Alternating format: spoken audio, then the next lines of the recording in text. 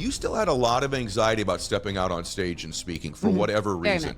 Do you still have it? And what did you actually do to overcome that fear? I'm sure you stepped out and did it, but was there anything else mindset-wise, thought-wise, and then what did you learn from stepping into that uncomfortable place? You know, Ed, for better or for worse, there is the fear of the known and there is the fear of the unknown. And every time I get up against those two options, I have trained myself to choose the unknown. This goes back to the thing I just said. I would rather fail at something I love. I would rather be judged for trying. I would rather try something and not do it than to get on my deathbed and wonder what if that had happened. Welcome back to the show, everybody. So this week, I'm so excited to share a great friend with you. And, you know, not a lot of people get invited back on the show. It's pretty rare that we have someone on 2 times. And if they have been on more than once, it means they crushed the first time and or I love them. And in this case, it's both.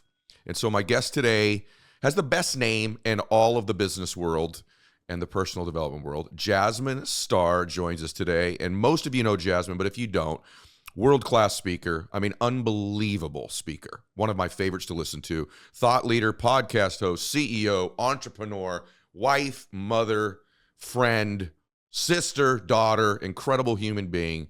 Jasmine Starr, welcome back to the show. Ed Mylett. I mean, I can't get those Ed Mylett gangster tears too early in the show, man. You know, gangster tears, like when it comes up in your eye, but it doesn't fall. It's like gangster. Thank you for that intro, man. Thank you. It just warms my heart. Thank you for calling me a friend. That is exactly what I consider you. Thank you. You know what? The more we've been around each other in this little group that we're in too, with Brendan and some other people, I've just watched you blossom the last few years. The first time I had you on the show because I thought, you know what, if this one was a stock, I'd be buying because she's going to go up. And you have. And a lot of things in your life have changed, say, since 6-7 years ago when you're on the first time. I'm just curious. Interesting first question.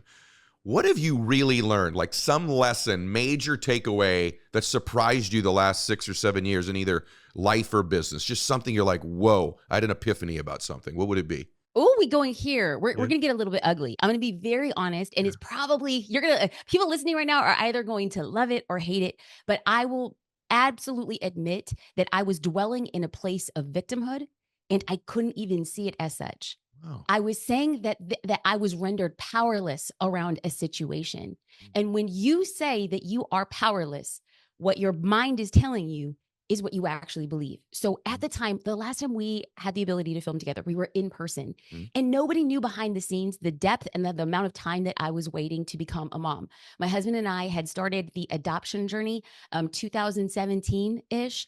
And by the time we filmed, I think it was like 2019, we'd been waiting 2 years and it was a series of no. And I will tell you, I didn't think that I was saying that I was a victim, but the voices in my mind were saying, well, it's this person, it's this thing, it's this system that's rendering you powerless. You can't get what it is you want, despite my best efforts, Ed. I mean, we hired the best lawyer. We went through international adoption. We were looking at foster to adopt. We did it all. And it was always closed door, closed door, closed door. And it wasn't until I started understanding that my belief made my reality. So if I believed that something was in my way, it was.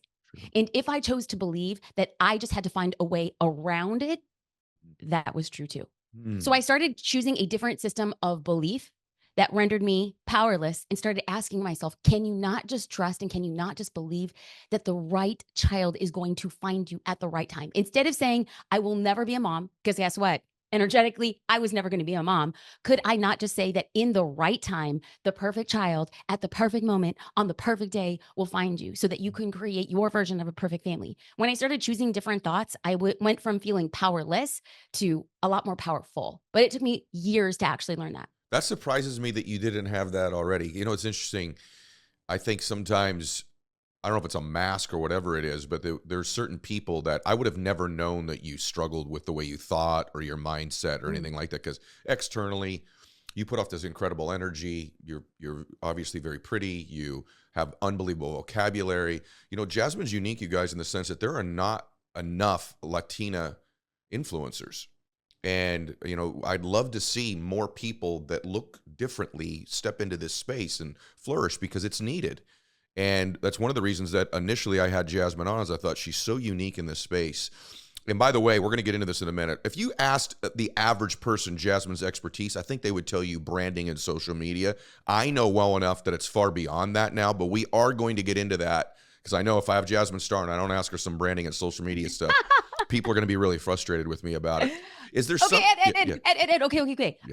Two things. Number one, thank you for highlighting that there should be, and we really want to have more representation with female founders, women of color, Latinas, all of that. But there was one thing too, you're like, oh, Jasmine, I would never have guessed that. And you know what, Ed, you're right. I am a woman of integrity. What you saw was 100% my truth. But all of us, and this was the thing I couldn't see, is that when it came to business, I was growth mindset, brother. I was like, anything, let's go all the time. When it was a project, when it was to set a goal, when I said, oh, this is some impossible, dang crazy dream, I'd be like, we're all in. And for some reason, we can compartmentalize aspects of our life where we're a growth mindset or we're a limited mindset. Very true. I had no idea that the narrative in my mind was growth in some aspects and limited in another. It wasn't until I flipped the script and I started understanding, girl, the voices that you're listening to align to you. So that was just like the main caveat. I'm 100% myself, but it took me a while to realize that I was not in the best place mentally in a different aspect of my life. It's interesting you say that because you can compartmentalize these things. Right before you and I went on air today, you were asking me about my health, and I was listening to myself talk about my health, and I'm like, I would not talk about myself or anybody in that light, any other area of my life other than my health. And I wonder if this weak mindset I've got in my health is contributing to my weak health.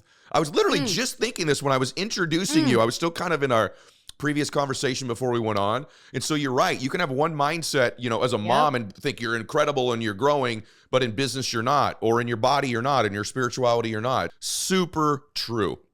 Is there something that on social media or branding, I'm curious, in that one space, because you are, to me, one of the very few gurus in the world on this. Is there something that you're doing differently now than you were doing years ago? Because your life is your social media. Like I did her podcast, you guys, I went to her home. It looks like her social media. It's beautifully curated and everything's in place. At least when I came over, you cleaned up when I came over. But is there something that you would say is a lesson you've learned the last 5 or 6 years that's grown your social that maybe you didn't know before? No, I'm actually going to say the complete opposite. It's the very things that I started early in my practice that I still do today. And it's just brick by brick. I think that there's this temptation for us to say that there's going to be like a tipping point. It's like the overnight success, the magic pill. And what it has always been has been a level of consistency. And so when people say, oh, have you done anything different in regards to growing your social media? And people say, oh, Jasmine's an influencer. And you can call me anything you darn well please, as long as you know I'm serving you well.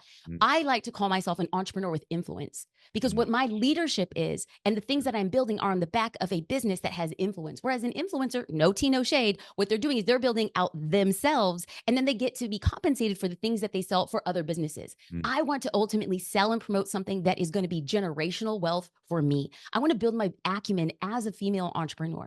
Having said that, what were the key cornerstones? Let's just be real. The key cornerstones when it comes to building social media and or a personal brand are the key cornerstones when it comes to building your mental health, your physical health, your spirituality, your family life. Consistency. Be a person of your word. If you say that you are going to post 1 time a week, 8 times a week, 18 times a week, stick with it. Second part would be have a plan. My mom always said, if you fail to plan, you plan to fail. Like that was just the truth. And so what happens is we want that level of consistency with our social media, with our spirituality, with working out. But if we don't plan it into our day, guess what? It's not going to happen. Yeah. And lastly, ask people what they want. That we think oftentimes when it comes to social media is like, well, we need to be interesting and we need to be vivacious. Actually, part of the reason why you have excelled is because your content is less about you and more about what you empower people to do. It's true. So when you ask people, hey, what do you want to know more of? What are you interested in? And content begets content. You create enough times, you're going to get one person to ask you a question. And then you're going to say, oh, Stephen from Chattanooga had asked me this. And all of a sudden, when you're putting out that content that people are asking of you, you're prepping your audience to start asking you more. So then, you can be like, Ed, do an Ask Me Anything, go on stories, put out content as you see so fit. And so Ed and I had a conversation before we had started, and he's taking a little bit of a step back in regards to some aspects of social, but he is still consistent with his podcast. He has a plan for his podcast and he's listening to what people are seeing, watching, and saying in regards to serving being better. Yeah, I also listened to you. Here's how you ended up coming back on. One, I've wanted to for a while. And then a couple weeks ago, I was watching your stuff and you had talked about some hate you had gotten online. And someone had, I want to talk about this though. And someone had said, oh, she tries too hard. And I think someone looks at you, you had a great husband, beautiful family, you're financially successful, you're really living a good life. And you have influence, you make an impact. And I think maybe they think maybe someone like you has thicker skin than they do. And then last night, one of our really good mutual friends, I won't say who, but had called me and she had thought she was left out of a meeting we were all having. It turns out that meeting's not happening, but she was very hurt. And I'm wondering how you deal with criticism and hate, because I think the reason people don't keep their word on some of these things is they're afraid. They're afraid they're Mhm. not enough. They're afraid they're going to get criticized. They're afraid they're going to be rejected. Some of them may even be afraid that they're going to be successful. So how do you deal with that? Because even to this day, even someone like you, it affects you, I assume. Like you even posted about it. So tell us about that. It absolutely I would just not lie. It Mm, never feels good to read something about yourself that was said directly to you mm, or said to somebody else that you had come across. mm, And the chasm between who we are and who we want to project ourselves to be on social media is so wide so that if somebody drops a tiny kernel yeah. of truth that has a little bit of a sting. So when somebody says, "Oh, she's trying too hard." Because so this is what happened. Somebody had sent a DM and they responded to my story thinking that they had forwarded that story to somebody else. But that comment came to me. Ooh, look Mm, at my dad always said, time, God, and truth. mm, Everything is revealed with time, God, and truth. And so I knew exactly where this person stood, and that's totally fine. And the reason why it hurt was because it felt a kernel of truth in it. I do try hard, Ed. mm, I am not the most talented. I am not the smartest. I am not the cutest. I am not the richest. I am not the thinnest. I am not the whitest, the blackest, the brownest, the purplest. I am none of those things. So, you know what? I do try. It doesn't come easy to me. And if I exude trying, then so be it. I would rather be criticized for trying and failing than being criticized for doing nothing at all. And here is the irony of it all, Ed. If we try or we don't try, they're going to judge. If we sit on the couch or go on a run, they're still going to judge. If we eat the pizza or a green smoothie, mm. they're still going to judge. So people are going to judge anyway. Do you? Ooh, God. Doing nothing less doesn't keep you safe. Doing something less robs you of the purpose you were put on this earth to do. So let them judge. Let them see me try. I will be unapologetic about it. It doesn't mean that it doesn't hurt. And it doesn't mean that I have thicker skin than anybody else. I just choose to continue doing me because I was put on this earth to serve somebody. And if you ain't that person, no problem. But if somebody's hearing this right now and I'm serving them, girl, I did what I was supposed to do today. That's it. Yeah, by the way, you are. I can tell you right now, that was one of the most fire things on the podcast in like 5 years right there. And by the way, girl or boy, trust me, because That's right. there's a boy right That's here, very right. fired up. That sounds incredible. And like my blood's pumping even a little bit better than when we started. But let's talk about a little bit like how you do it. Yeah. So I know that one of the things you really wanted to do more of but had some trepidation about was more stage speaking. So I remember back in the day, in fact, you were so Mm-hmm. generous to Max one time who, yeah, she ended up buying my son a ticket to an event she was speaking at. And I mean, literally buying the ticket, not like comping a ticket. She bought my son a ticket to an event. I did not know that until after the fact. However, at that event, I asked my son, sincerely, there's like 20 speakers. I said, who was the best speaker? And he said, your friend Jasmine was, Dad. But I Mm-hmm. know that at that time, you still had a lot of anxiety about stepping out on stage and speaking for whatever Very reason. much. So do you still have it? And what did you actually do to overcome that fear? I'm sure you stepped out and did it, but was there anything else mindset wise, thought wise? And then what did you learn from stepping into that uncomfortable place? You know, Ed, for better or for worse, there is the fear of the known and there is the fear of the unknown. Mm, And every time I get up against those two options, I have trained myself to choose the unknown This goes back to the thing I just said. I would rather fail at something I love. I would rather be judged for trying. I would rather try something and not do it than to get on my deathbed and wonder what if that had happened. Because I think that, Ed, the last time we were on this podcast, on your podcast, we talked about my mom's battle with cancer. Yes. And what I didn't say on that podcast was that my mom is still here with us today. Yeah. And so all of that was a training of my mind to break my frame of reality. That if at the time, I was 25 years old and my mom was 50 and she was diagnosed with brain cancer and cancer of the central nervous system. Her diagnosis was terrible. It was beyond bad. She had battled for 9 years and then they said, this is it. The time of her life had come and we had to make some very hard decisions at that time. Lo and behold, there was a miracle working on in the background. But at that moment, I had to reconcile that we are not guaranteed time. And so if we aren't guaranteed tomorrow, if we're not guaranteed an hour from now, then why would I ever rob myself of trying to do something if it was put inside me? And I have firmly believed that I wouldn't have the idea or desire to step on a stage and help other people if I didn't think I had the capacity to do it. And I didn't wake up this morning and say, you want to know what I want to be on? I want to go on the PGA tour. Of course not. I didn't have that idea, right? So if you have an idea, you want to become a baker, you want to become a teacher, you want to become a lawyer, you want to become a videographer, you want to become a supermodel, you wouldn't have that idea or desire in you if you didn't have the capacity to achieve it. So when I talk to Ed, and I say this to anybody. I don't just say this because we're on your podcast. You are hands down the most phenomenal speaker I have ever sat and studied. Because boy, I study you. I study you. I study the hands. I study the back. I study the lean down. And I'm like looking at what it is. And I feel like when I watch you speak, I am studying the game of Venus and Serena Williams. I'm watching somebody at the prime height of pure and utter Clydesdale perfection saying, that's the bar. Thank you. So when I have the opportunity to ask you, like, hey, how do I get better? Or how do I show up? It was just exposure therapy. It was just saying, like, the more I do something, the less it scares me. Yeah. So back in the day when Max went to that event, I just say, you got to get your reps in, girl. You got to speak at these small, little, tiny stages before you ever get to a big stage. And still to this day, I had a speaking event last week. I was dripping sweat. I was doing deep breaths. And I said, the minute you get in, if you make it through that first 5 minutes without fainting or passing out, you're going to be okay. And so that, people ask us, so what's the secret? Well, the secret is reps and reminding yourself your life is not in danger. If you fall flat on your face, you're going to have another opportunity to do it again. This is not the last and only or final time. Jasmine, my gosh, this is so good.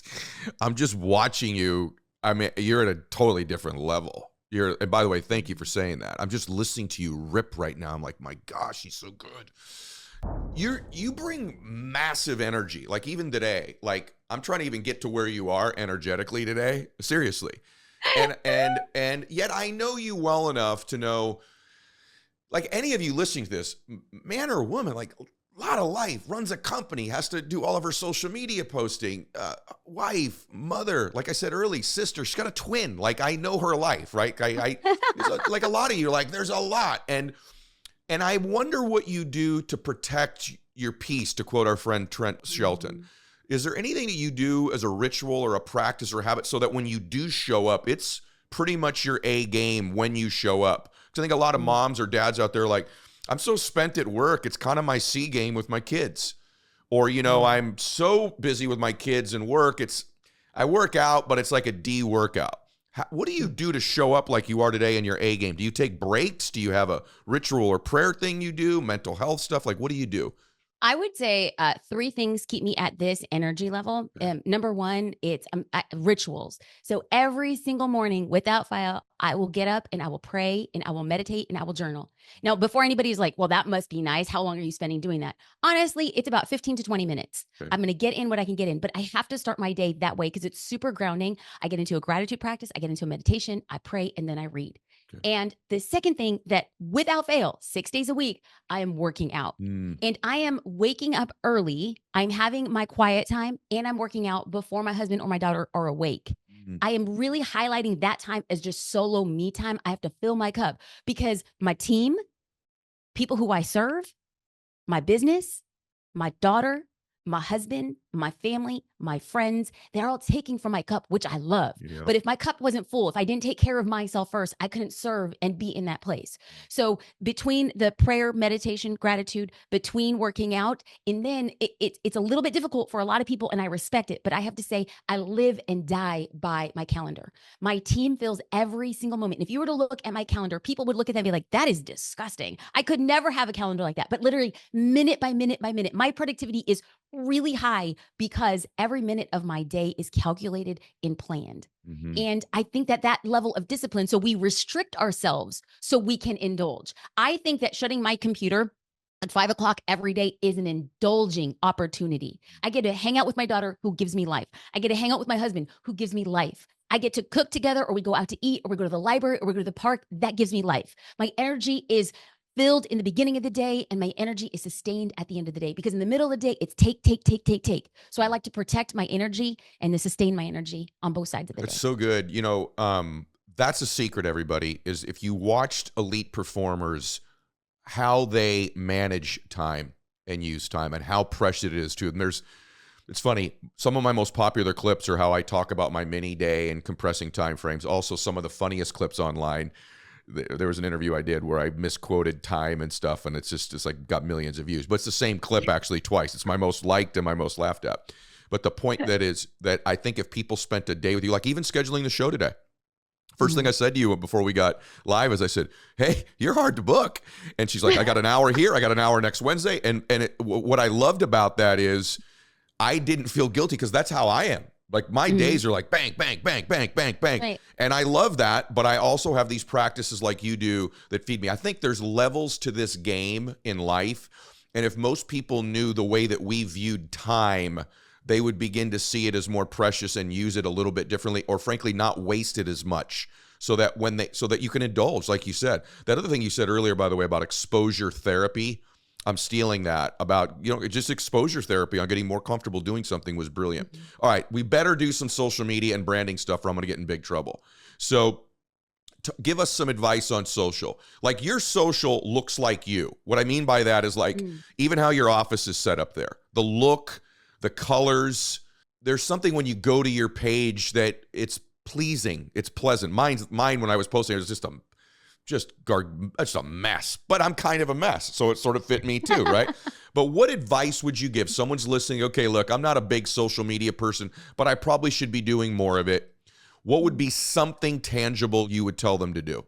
Well, what we've seen, and so I'm going to geek out for a second. Yeah, And if geek this gets out. too boring and you start yawning, you just say, "Girl, let's move on to the next thing." Not going to And happen. so I love history. So I didn't learn how to read until I was 11. I was homeschooled. I was never like the smart or the intellectual kid, and that's okay because you found ways around to find things that were actually interesting. So coming from like a storytelling oral family, my dad loves history, so he would talk to us a lot about history. So there's this deep ingrained love of history. So I started realizing that into adulthood, one of my greatest assets as an entrepreneur was to be able to understand that history repeats itself. And if history repeats itself, cycles of business repeat itself.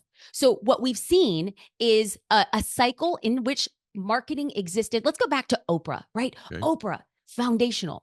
The channels of marketing at that time during the 80s and early 90s, newspaper, radio-ish, and television. Those are the only three ways. Now, if you didn't have cable, and a lot of people did not have cable when Oprah started hitting up those markets, you were really dominating television at 3 p.m. every day.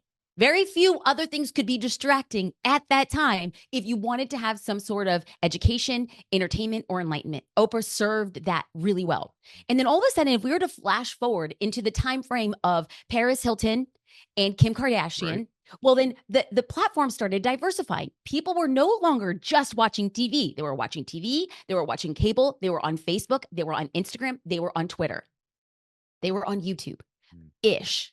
So what happens is Kim Kardashian and Paris Hilton were able to capture a new market that didn't exist in the Oprah market. So they found rich, ripe land that not a lot of people were paying attention to. So because people weren't creating content at that time, they went through and they said, we're going to create so much that we're going to dominate this platform. Shortly thereafter, Mr. Beast comes on with long-form YouTube content. But as you've noticed, there's been more platforms and more ways for people to become attention-driven on what they find important. No longer just the newspaper, just the television. Now you have a litany of ways for people to find information, get educated, entertainment, or enlightenment. Mm. So if you are understanding and saying, I need to be on social media, the temptation is to think I need to be on everything in all ways and Yeah. all things. And you get burnt out, overwhelmed, and you don't see any traction. But that is like deciding I'm going to go to the gym and I'm going to swim on that day. I'm going to work on my arms, my back, my calves, my toes, my lats. Mm. And all of a sudden you're like, why don't I have a six pack? Mm. Oh, well, you were doing a lot, brother. Like, so Mm. what we need to do is we need to say, how do we focus? And the good news is that what we're starting to see now in marketing trends is people want deeper content, not wider content. People want to choose their platform and they want to go deep around niche content, fitness, comics, cooking, whatever your shtick is. Don't think that you need to talk about all the things on all the platforms in all the ways. If you're just saying, I want to prove myself that I can be consistent, great. Let's start simple. Pick a platform and pick topics. Mm. If you are building out personal development, what about personal development do you really want to talk about? Is it mindset, personal development in regards to a belief system, personal development in regards to positive thinking? Whatever it is, pick your lane. Mm. Stick to that lane. Go deep, deep, deep. Build a small audience, not of fans, people who like what you do, but of evangelists, people who will tell other people about your account. You serve that small group of people, and then they go and tell their friends and their family to really be about you. That's true growth. And that will take a long time, which leads me to the second point about social media and where we need to be. Patience, patience, patience, patience. You will not get results in 3 months. You will not get results in 6 months. You might not even get real results for a year. So if you go in and saying, I'm going to go on one platform, I'm going to serve a small group of people, I'm going to be consistent, I'm going to have a plan, I'm going to ask people what they want, and I'm not expecting anything for a year. All right, now we can talk. Mm.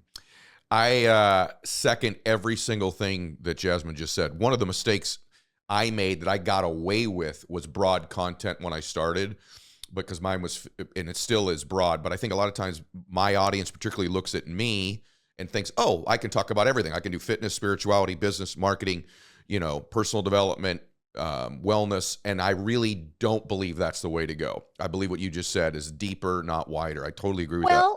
Well, Ed, if I might, and correct me, like I love being corrected. I really do. Yeah. So there's this theory called Sheehan's wall, which in order for you to be able to earn the right to talk about a lot of things, you have to break the wall. Yep. And so Rory Vaden explained this to me. It's like if you want to talk about tennis and you want to talk about chocolate and you want to talk about cooking and you want to talk book reading, well, you can't break the wall with 4 bullets. But if you decide that you're going to talk about cooking and be the best and go deep and find that platform and stay consistent and have a plan, that becomes a cannonball and that will break through the wall. And once you break through the wall, you can then talk about golf, cooking, book reading. So Ed, he earned the right to go broad with his content because on the front end, for many years behind the scenes, pre-social media, he built out a business and built out a team of evangelists who knew him as one singular figure about one topic, broke through the wall. So what many people saw is the podcast and the social going broad, but what they didn't see but all those years before was how deep and wide his audience went. He broke through the wall, which earned him the right to talk about those other things. You're 100% right. By the way, I'd like to correct you. You're 100% right about that. You are. And also, I probably a little bit older and had some, this sounds like I'm not bragging when I say this, but I had some success I had some credibility in multiple areas before as well. But like just a wee bit there, Mr. Ed Mylett, just a wee bit. You're not a lot, but thank you. I appreciate you saying that. I truly do. I want to go back to life stuff in a minute, but I got to ask you one more thing on just business and marketing first too. Yes. What is guerrilla marketing? Like, what does that term mean? It's like in my notes, and one of our mutual friends is like, you got to ask her about 2 things. So I'm going to do them back to back. Ask her about what guerrilla marketing is, because I've heard the term, but I don't really understand it. And then the other thing I'll ask you after this, the same friend told me to ask you 2 things. So I want to ask you guerrilla marketing first. What the heck, what does that term mean? Guerrilla marketing. And for a while, Ed, so this is how you know, like I backed myself into business. I don't have an MBA for all intents and purposes. I shouldn't have started a business. And then yet I did and found success multiple times over. And so now having the ability to sit as an advisor for companies, I'm an investor. I have a holding company. what I could see are trends and patterns. And anytime that I see a marketing rut in a business, I immediately think of Guerrilla. And for a long time, I thought Guerrilla was Guerrilla, like, oh, ah, ah. No. It's Guerrilla, like Che Guevara. Okay. So it's Guerilla, guerrilla marketing, which means subversive, different, going against the norm, doing something that's so polar opposite than what we are constantly seeing that it can't help but stick out. And so a very common example that I'll use, many of us are familiar with an app called Bumble. It's a dating app where girls pick the guys. Okay. Well, in the beginning, Whitney, the founder CEO, well, she didn't have a lot of money for traditional marketing. At the time, you have Match and you have Hinge and you have all these other apps that are going out there using traditional forms of marketing on social media. But what she decided to do is say, okay, we don't have a lot of money, but we can get really creative. So she printed out bright yellow shirts that said Bumble. And she had a contingency of girls and colleges around the United States where they would all wear this shirt. And traditionally, a class would start at noon or at 2. The class would go about 10 minutes. She would have a girl walk into a large auditorium, walk in while the professor's speaking. She stands in the front with her bright yellow shirt that says Bumble. And she kind of looks around and says like, oh, sorry, wrong classroom, and walks out. This contingency of girls wearing yellow shirts with the word Bumble, people are like, what is that? They started getting people talking. We're like, yeah, this girl walked in, she was wearing a yellow shirt. Yeah, this girl walked in, she was wearing a shirt. Wait, what? And so people started searching for what Bumble was. That's classic guerrilla marketing. Getting people asking, what? Wait, how is this going on? And rather recently in the UFC, I know you love the UFC. Yeah. My husband, JD, I mean, so there was a recent rather guerrilla marketing tactic where it says like, we can predict the next president. And it was actually like a crypto exchange, but people were so interested that they just saw this ad and were like, wait, what is that? Yeah. Anytime somebody's saying, wait, what is that? What's going on? Guerrilla marketing at its finest. When you have people searching to find the answer and hitting your website, that's guerrilla marketing at its finest. It's so good. Are you guys listening to this today? By the way, those of you that have not been listening to the show for like 6 or 7 years, go back at some point and go watch my first interview with Jasmine. By the way, you'll see she was incredible. She truly was. That's why I had her on. I had Jasmine on when she was just really getting going. But I want you to watch that episode and then put it next to today. And you will see what hard work and reps, exposure therapy, learning, associations, getting around the right people will do for you. I mean, you're talking about someone who has grown tremendously the last few years. And so this is where I want to go back into like growing as a human. I want to get into the juice here now. What is self-actualization? I know what the term means, but they said, ask her about this. She's got a good message about this. I'll tell you after the interview who it was that asked me to ask you that question. Oh, good. Yeah. But I have to thank this person putting me in the hot seat over here. Yes, but sir. Clearly, even in my own case, like, I think I've just gotten so busy over the years. That's sort of been like on the back burner for me in the way that I look at it. So what does that term even mean to you? And teach us something about it, because I want to say who it was, but I'm not going to say. I'm so happy that we're actually talking about this right now, because you had said, and I think I'm going to actually challenge and invite you to apply a different label to this, because you said I had put this on the back burner. And after we actually talk about self-actualization, I think you're going to choose a different way to say I put it on the back burner. Okay. Here's why. So self-actualization. So there is a social scientist by the name of Maslow. He created Maslow's hierarchy of needs. And so if you're just listening on this on audio, picture a triangle with the apex at the top. And then what you're going to do is you're going to divide that triangle into 4 parts, the largest at the bottom. Now, at the bottom, Maslow says we have this hierarchy of needs. We cannot find success, joy, happiness if the base of our triangle isn't covered. The base of our triangle is safety. Do we have food? Do we have a place to live? If people don't feel safe about having a place to live or having food or taking care of their family, if they don't have that, they cannot experience true enlightenment, joy, purpose. So once we go through the base things covered, then we're going to go into the next smaller area on that triangle, and that's love. Once we have our basic needs met and we feel safe, we can then accept the love that we think we deserve. Now, after that, we go up that triangle a little bit. We want success. We want pursuit of things, but we cannot feel successful if we don't have our safety needs and if we don't feel truly loved. This is why we see a lot of rich people who are crying in their Ferraris. Yep. Because they actually think that money or success will get them love, but what it will get would be bought friends and transactional relationships. And so beyond having safety, love, success, at the very top, you get to purpose, AKA self-awareness, AKA I'm standing in the light that I am supposed to be in. And so when Ed, you had said, oh, I think I put it on the back burner. No, Ed, I truly believe, because I know you as a friend, you are safe. And my God, you are loved by the people who matter the most to you. And you absolutely have found your version of success. Who cares if I think you're successful or not? Because you've defined your version of success and you've met that. So that when you are actually living in your purpose, so when you're actually finding joy by choosing the stages that you want to speak in and the business ventures that you want and the time with yourself, you're actually at a point of self-actualization and so much confidence that you're standing in your purpose that it's not on the back burner. You're just dwelling in a higher energy level and a higher confidence than most other people. And that, my friend, is power. No, I totally agree with you. I would say in my case, we agree on what the term means too. And I love Maslow's hierarchy of needs. What I would tell you, like just being transparent. Sometimes on the show, there's like these moments where I say things. I'm like, oh, you're recording this, by the way. I have lived the way that you just described fully for many, many years. But this last year, I sort of went back to safety in the sense that I was so scared about my life and my health. If I'm just being honest with my audience, Yes. I went all the way back down to, in all candor, like, am I safe? Am I breathing? Am I going to be okay? And so I did put a little bit of all the other elements of my life, because you are right. I mean, I certainly live my life that way. But this last year, I'm just sort of getting back now to like, okay, it turns out I'm probably not going to die. So let's live now again. Let's live fully. Let's not play defense all the time. So yeah, 100%. By the way, it's one of my favorite conversations we've had on this show. And I'm getting emotional. Sorry. And as long as I can remember, because it's important for me.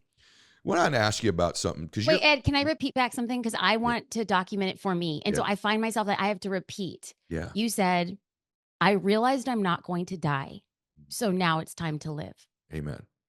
And I just think to myself, if we can all like repeat that again and again, that if there is breath in my lungs and my heart is beating, that now is not the time I'm going to die. So why not choose to live? You, friend, Amen. You're a gift. Amen. You're a gift, homie. You're a gift out here. You're a gift. Gangster tear, got a little gangster tear coming out again. You cracked me up. But thank you. I'm glad you did repeat that, because you know what, everybody? I mean, at one point, we're all going to go. And I said this to the person the other day. I said, I already kind of know the end of the game. I get to go to heaven, so I might as well play. You know what I mean? Like, I already know the end of the story. And in my case, in my faith, the case has already been made for me. So why not take some risks in your life? The case has already been made. You're going to heaven. Right. So I already won. Yeah, I already won. It's just true. It's like, that's what I mean about that. Now I'm getting back to the self-actualization in my life. What holds everybody back? So like, it's two of us talking here today. We have all these things about what you should do to make your life better and improve. And then yet someone gets out of the podcast today so excited, feeling in this beautiful state. They're optimistic. They're dreaming. Their energy level's been shifted by you today. And then something happens, right? What do you think that something happens is that holds people back? If you were to define, even in your case or in most people's cases, what holds them back, and whatever that it is, how do they overcome it? I'm asking you difficult stuff today. I'm pushing you. Well, and this is really good because I feel very confident in my answer because it is not of me. There are people who have studied the patterns that occur of why things happen. When do we feel like that bummer? When do we feel like, oh, we got hit? When do we feel like, man, I just got jolted? And oftentimes it's triggered by what we see. And in recent history, in the last less than 2 decades, we are holding not just what our friends and family are doing at that very time in the palm of our hand, but millions of people whose lives look beautiful and perfect and amazing. And so even if they're listening to this podcast and somebody's out on a walk or sitting in the carpool line or making dinner or listening in their cubicle while they're getting their work done and they're feeling good. Well, what happens is immediately after or sometime in the near hour or so, we're going to pick up and we're going to have a dopamine hit where we look at the thing that will jar us back and make us realize that we're not where we thought we would be. And Dr. Benjamin Hardy and Dan Sullivan wrote a book called The Gap and the Gain.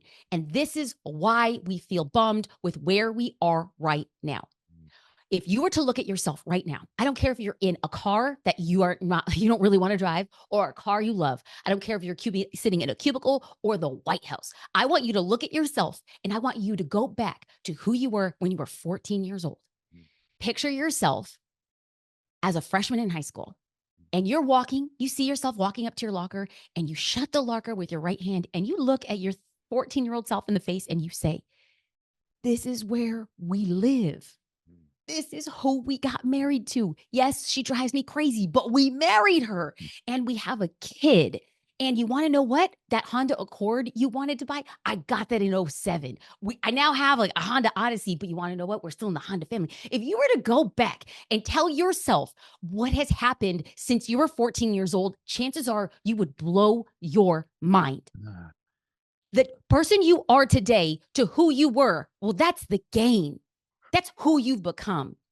Now, if you were to go into this alternate self, this future version of yourself, or this self who you think you should be, you're out here and you're 37 years old and you're working in a cubicle and you thought that you'd be working in the uppermost left office in a high rise in your city and you're not there. Well, what happens is this other idealized version of yourself who should have be thinner, richer, drive nicer cars, go on bigger vacations, have perfect kids, never have dirty laundry or dishes stacked up in your sink. You start comparing yourself to who you think you should be. And the distance between who you are today and that idealized version of yourself is called the gap. Yeah. And we can choose every day to live in one of them. We will either live in the gain. Look at what has happened. Look at all the stacked proof. Look at how God never let me down. I thought many times that my life was over, that I couldn't get back up, and yet here I stand. And despite it all, it's better than I actually thought it could be. If we live in that place and we live in the gain, that our energy, our interactions, our belief system become aligned to our divine purpose in life. Now, if we live in the gap, the things that we don't have and the person we're not, and the way that we think it should be, and the amount of money we should have in our bank account, guess what? You're going to be out of alignment because it will never be enough. Wow. So every day we get the choice. And if at the end of this episode, for some reason, you're feeling yourself, and then all of a sudden, tomorrow, tonight, next week, you open it up and you're like, man, I went to high school with that guy. And then all of a sudden you find yourself in the gap. You say, no, I'm in the gain. And what got me to this point, it's not going to get me to the next point. So I'm going to change my system of beliefs and the way that I show up. I'm going to be consistent. I'm going to create a plan. I'm going to ask others, and I'm going to serve well. That, my friends, is how we continue moving forward. But we have to make the choice. A lot of us, we live in the ether of, I don't know why I feel this way. Yes, you do. You're in the gap. Identify the gap and choose to get in the gain. That changes everything. Oh my gosh. So good. So good. You're blowing my mind. So I'm getting back in the game. And I've been in this rut, and I just got to start. Like right now, I got to start. I got to do something today. If you were my coach and I was that person, what would you say? Start doing this. I've changed my mindset. I'm going to be in the gain. I'm not going to be in this gap. I'm not going to be comparing. I'm not going to be lamenting that ether thing you talked about, all of that. So, okay, now I got my head. I think it's coming together right. I'm in the rut. What do I do now? So talk about two things. Our brain loves proof. So our brain is a supercomputer.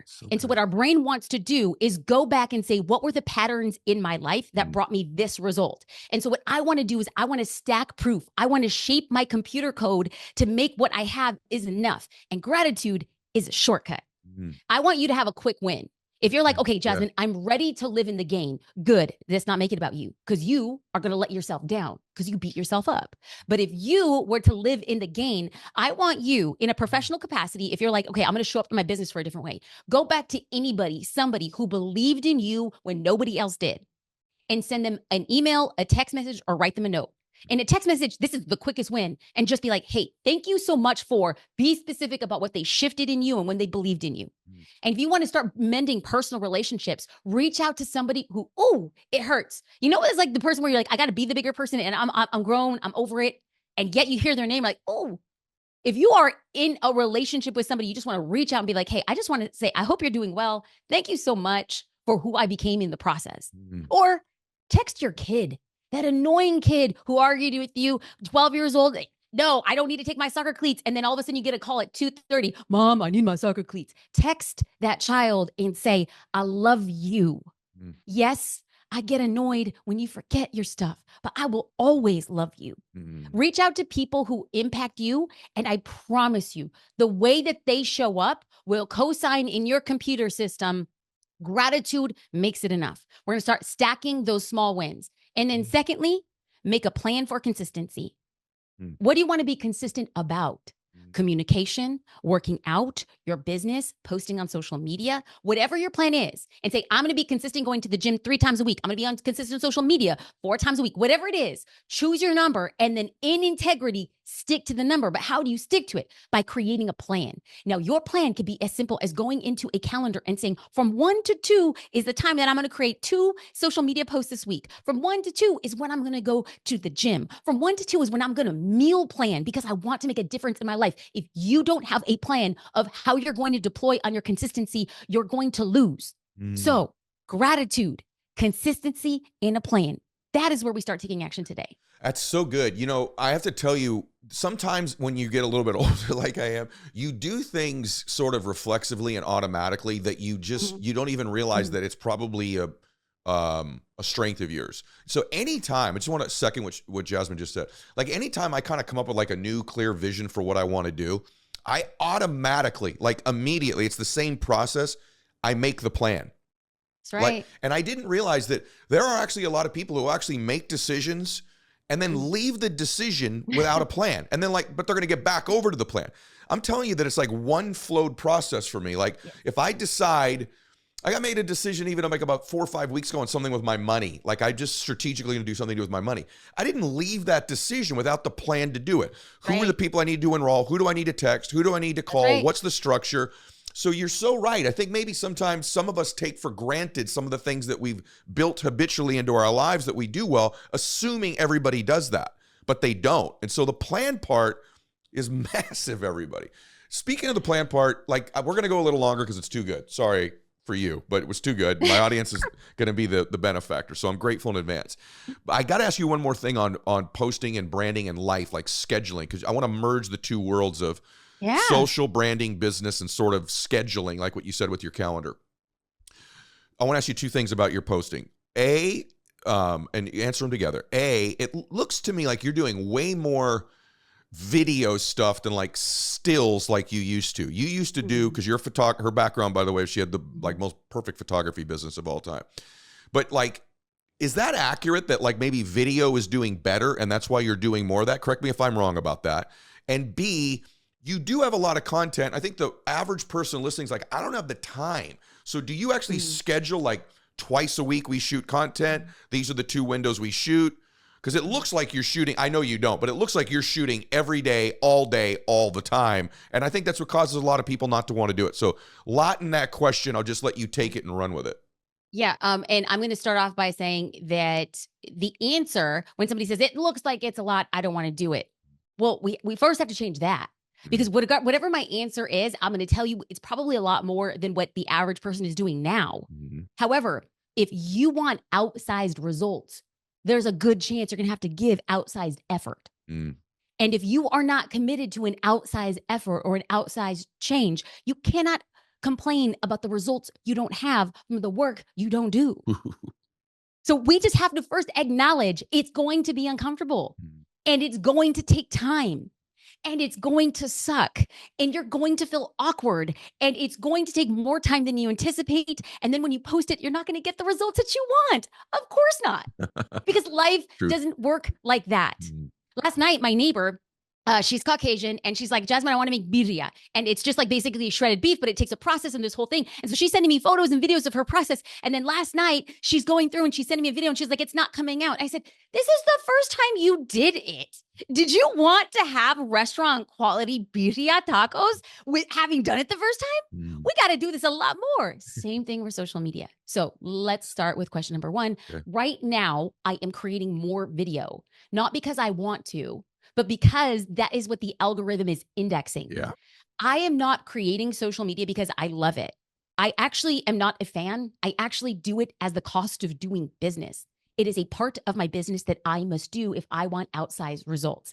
That's just the facts. I cannot wait for the day that I get to throw my phone in the water and never have to create another piece of content again. I can't wait. But until that day comes, I'm going to shut up, buttercup, and buckle up. Why? Because we need to do things that other people are not willing to do. That is how we win. When we run in the margins and we stay consistent when other people quit, you win by default. I don't win because I'm the best. I win because I'm the last person standing. And if that message isn't resonating with you, the rest of what I'm about to say is not going to resonate with you either. However, when we talked about consistency and a plan, if I say I want to post, like I'm going to just choose for right now, one social platform, and let's say that's Instagram. If I say I want to post every single day on Instagram, and I do, on average, I need to create at minimum 30 pieces of content. So what I do is I block out 2 days a month, full work days. And that's when I'm batching my content. So I will do all of my iPhone reels, talking to camera, simple. That is what I'm actually doing today. So I start my days traditionally at 9 a.m. However, on my content days, I go from 8 a.m. to 5 p.m. But then because Ed's like, Jasmine, do you want to record a podcast? I was like, skirt. I'm going to move my schedule. I'm going to work a little bit later today so I can get this podcast in. But literally from 8 a.m. to 5 p.m., I am banging out content. I have all of my outfits laid out. I don't take any other meetings. I don't do anything. This is my day. On another day of the month, I'm recording all of my podcasts. Now, my podcast will get small clips from that and turn it in. So every single month, I have at minimum 30 pieces of content every single day. But that's twice a month. So the rest of the 28 days, I am building businesses, I am building teams, and I am building my dream. You're a force. Like, this is so good. I know sometimes you listen to the show, guys. I'm like, hey, I just so grateful when I have people on that serve. I only do this show. And every year around this time, quite frankly, Jasmine, I go, do I want to keep doing it? But it keeps growing and growing and growing.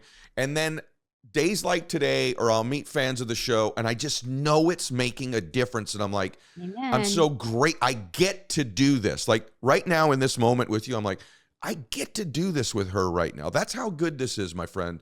I just want you to know. Okay, I've got one everyone. By the way, if you want help with your social media, this lady has a business that could help you. So really quickly, tell us about Social Curator, and then I got a question for you that I know everybody wants to hear at the end. Well, Ed, okay, so if you're interested in Social Curator, it is a social media marketing agency in your pocket. It's for business owners to help them show up consistently. Yeah. That's all I'm going to say about that. Here's why. Because in the world that we live, everybody is asking. And that's fine. That's business. You don't get what you don't ask for. I'm a believer of that. So I'm going to ask you, if you'd like more information, you could check out socialcurator.com. I love it. Okay, I want to ask you two last questions. I don't think I've asked this in a long time, or maybe if I've ever asked it.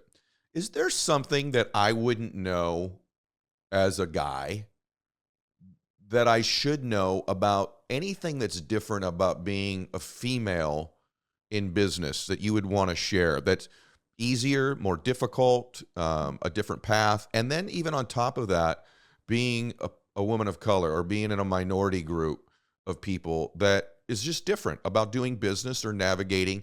Or if you want to just speak to that group for a minute and say, this is sort of a little bit unique to you. Or is all of this stuff neutral? You know what I'm saying? Like, it's the same for everybody. I'm just curious as to your view on that.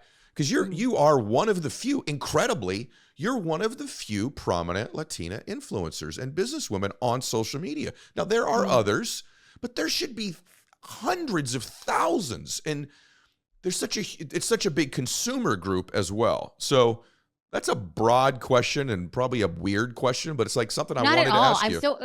Okay. It actually dovetails into my answer. So we're going to put a pin in this. You said it's a big, broad question, and I want to go back to that in a second. Okay. But a couple stats.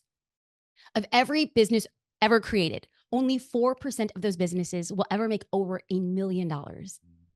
And of that 4%, 0.7% of females began businesses, female started businesses, 0.7% will cross the $1 million mark. Wow. And of that 0.7%, 0.2% will be created and started by a woman of color. Wow. So 0.2%. Ed, the Latino market in the United States is the fastest growing market, but disproportionately to the amount of businesses that are started and beyond and excel beyond the 7-figure mark. Yeah. So what I was going to say was the frame at which we look and view the world is our reality.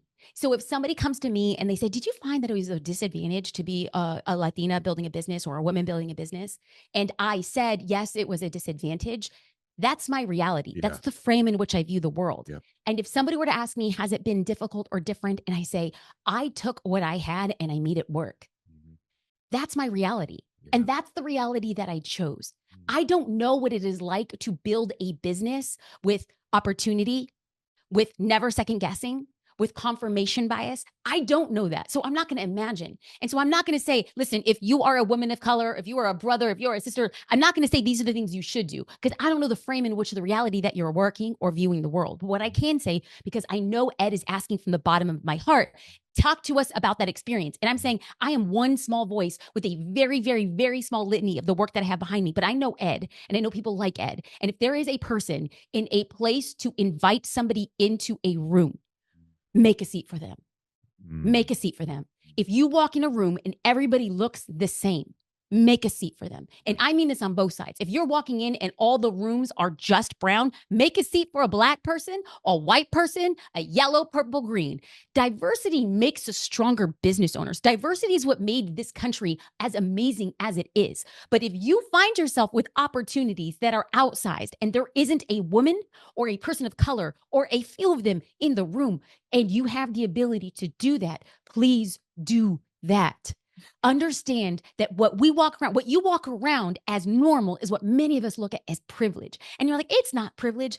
When you get to walk in a room like you belong, that is a privilege. And never forget, there are so many people who want to be in that room. If you have the ability to put a chair at the table, that is the most powerful thing that you can do. And dang it, Ed, this ain't even a gangster tear anymore. This ain't even a gangster tear. These are No, real do tears. that.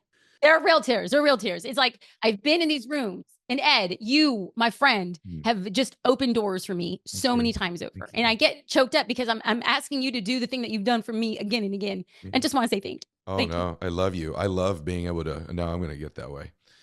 One of the most amazing things about doing this show has been the blessing and been able to. Gosh darn it! Just think of all the amazing people that have graced me and my audience with their presence. But one of the really cool parts about it has been opening and giving those seats to people. You know, actually them giving me the seat next to them, frankly. And by the way, everybody, you want to know some secrets from me? Most of you probably know this, but the president of my company is a woman. The person who's led my social media and has had her hands on everything I've ever done, my podcast and my social media for the last 8 years, is Trevi, who happens to be an African-American woman. And so that seat has opened me up to different viewpoints and different ways of thinking and different strategies. Right over here to my left, who's the producer of my show, is a Colombian man who runs my podcast, who's a producer. And so those seats serve everybody, including the person who provides those seats, which is me. And then the benefactor is millions of people, which is you guys. So what a powerful message you just gave. Last thing, real answer, and answer it in real time. And not the social media. And by the way, all your answers have been real, but sometimes you're on a podcast, you're like, yeah, it's great. I know about everybody in what I would call like our space, I don't know what you call it, the personal development, entrepreneur, influencer, celebrity space, right? I've been blessed that I know most everyone in that space. And I also know how many of them are happy and how many of them aren't, truly, right? Like behind the scenes. Because so many of the people in our space are so good at helping other people be happier, more successful in their own lives. Sometimes, frankly, everyone, at their own expense. I'm wondering, has this been worth it? And I want you to really, as I'm finishing the question, all the hours, some of the criticism, the work, the emotional burden of carrying your family financially, like you described earlier, the hours, the grind, all of it that comes with it, which the great part of it is obviously the helping the other people and the financial rewards and all those other things. But is chasing your dream and getting at least a pretty good chunk of it like you have, what you thought it would be, worth it, different than you thought? How would you answer that if you're being completely transparent? It also parlays to the advice. When people ask me, like on podcasts, like if you can go back and tell your former self something, it's the same answer that I would actually give right this very moment when you're saying, can you just be real and talk to me about the cost of pursuing your dreams? And that is, it will take longer than you think. And it will look different than you imagine. But it will be better than you can ever dream. And when you ask, has the cost been worth it? I could look at you and say, Ed, I would have paid tenfold for the opportunity for my life to change because a business became a passport. A business changed my family legacy. A business changed who I am as a first generation Latina. A business changed everything from my zip code down to the core of who I am as a person. So if somebody's asking me, has it been worth it to chase your dream? I would say, I'm unworthy of how good it has been, despite how hard it has been. And because I know that I'm looking around and I wonder how I'm part of the 0.2% of women who could ever build a business to this capacity, I can't help but think the reason I come on and create and the reason we have these conversations is because more people need to come with us. But we have to tell them, Ed, it will take longer and it will look different, but it would be better. And if you're at the point right now that you ask yourself, is this worth it? It's become too hard.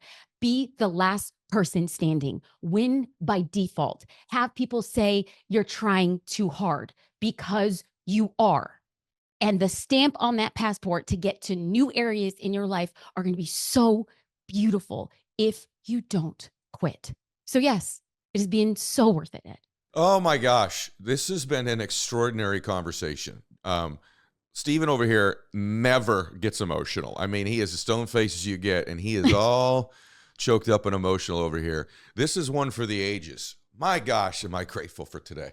I love you, and I just, you. man, Thank you, friend. You did this for me today and for everybody else, not the other way around. I'm here for you anytime you ever need me. And everybody go follow Jasmine Star on social media, particularly Instagram. She's got an incredible following, and her work obviously will help you.